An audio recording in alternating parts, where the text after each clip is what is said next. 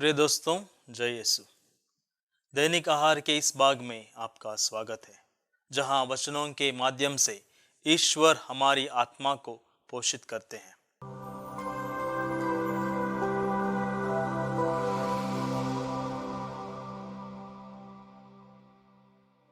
क्रिस्त में मेरे प्रिय भाइयों एवं बहनों, जब हम व्यक्तिगत रूप से कोई गलत काम करते हैं तो उस गलती का ज्यादा मूल्यांकन अथवा उसका न्याय नहीं करते।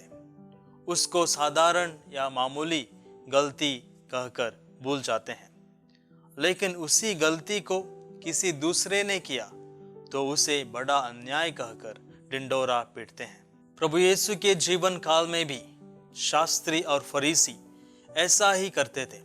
वे सब नेता होने के नाते धार्मिक जीवन सिखाते, लोगों का जीवन आसान और सुगम बनाने के बदले उन पर भारी धार्मिक बोझ लाद देते थे। इसलिए प्रभु यीशु उन्हें धिक्कारते हुए कहते हैं, तुम ढोंगी हो, क्योंकि वे लोगों को धर्म बारे में सिखाते थे, लेकिन खुद अपने जीवन में उन नियमों का पालन नहीं करते थे।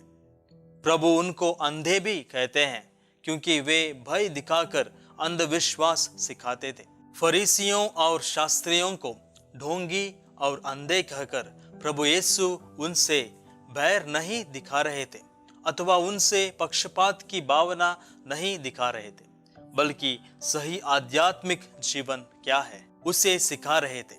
प्रभु यीशु सुसमाचार को प्रकट करते हुए मनुष्यों के गलत कामों का निषेध करते हैं, लेकिन जब कभी पापी प्रभु यीशु के पास आते हैं वे उनका तिरस्कार नहीं करते, लेकिन पाप का तिरस्कार करते हैं और नए जीवन की दिशा दिखाकर अपनी दया दिखाते हैं। फरीसी और शास्त्री भी प्रभु यीशु के दया के योग्य थे।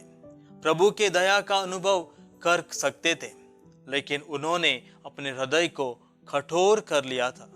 वे अंधे बन गए थे, इसलिए प्रभु यीशु को सच्चा ईश्वर नहीं मानते थे। नए विधान के ज्ञान से और हमारे अनुभव से हमें पता चलता है कि प्रभु यीशु दयालु और करुणामय है, लेकिन आज के सुसमाचार के धिक्कार की बातों को सुनकर हम सोच सकते हैं कि प्रभु फरीसियों और शास्त्रियों के प्रति कठोर और नकारात्मक भावना दिखाते हैं। वास्तव में प्रभु यीशु पहले उदाहरण में उनको उनके गलत रास्ते के बारे में बतलाते हैं और दूसरे उदाहरण में सही रास्ता सिखाते हैं। इस तरह उन्हें भी अच्छे इंसान बनाना चाहते हैं। वे सोचते थे कि दशमांश टाइट्स देने बहुत महत्वपूर्ण है, लेकिन प्रभु ने उन्हें याद दिलाया कि दशमांश से ज्यादा महत्वपूर्ण न्याय, दया और ईमानदारी है। हमें केवल नियमों और आज्ञाओं का पालन ही नहीं, बल्कि उसके सच्चे अर्थ को समझकर प्यार से प्रेरित होकर उनका पालन करना है।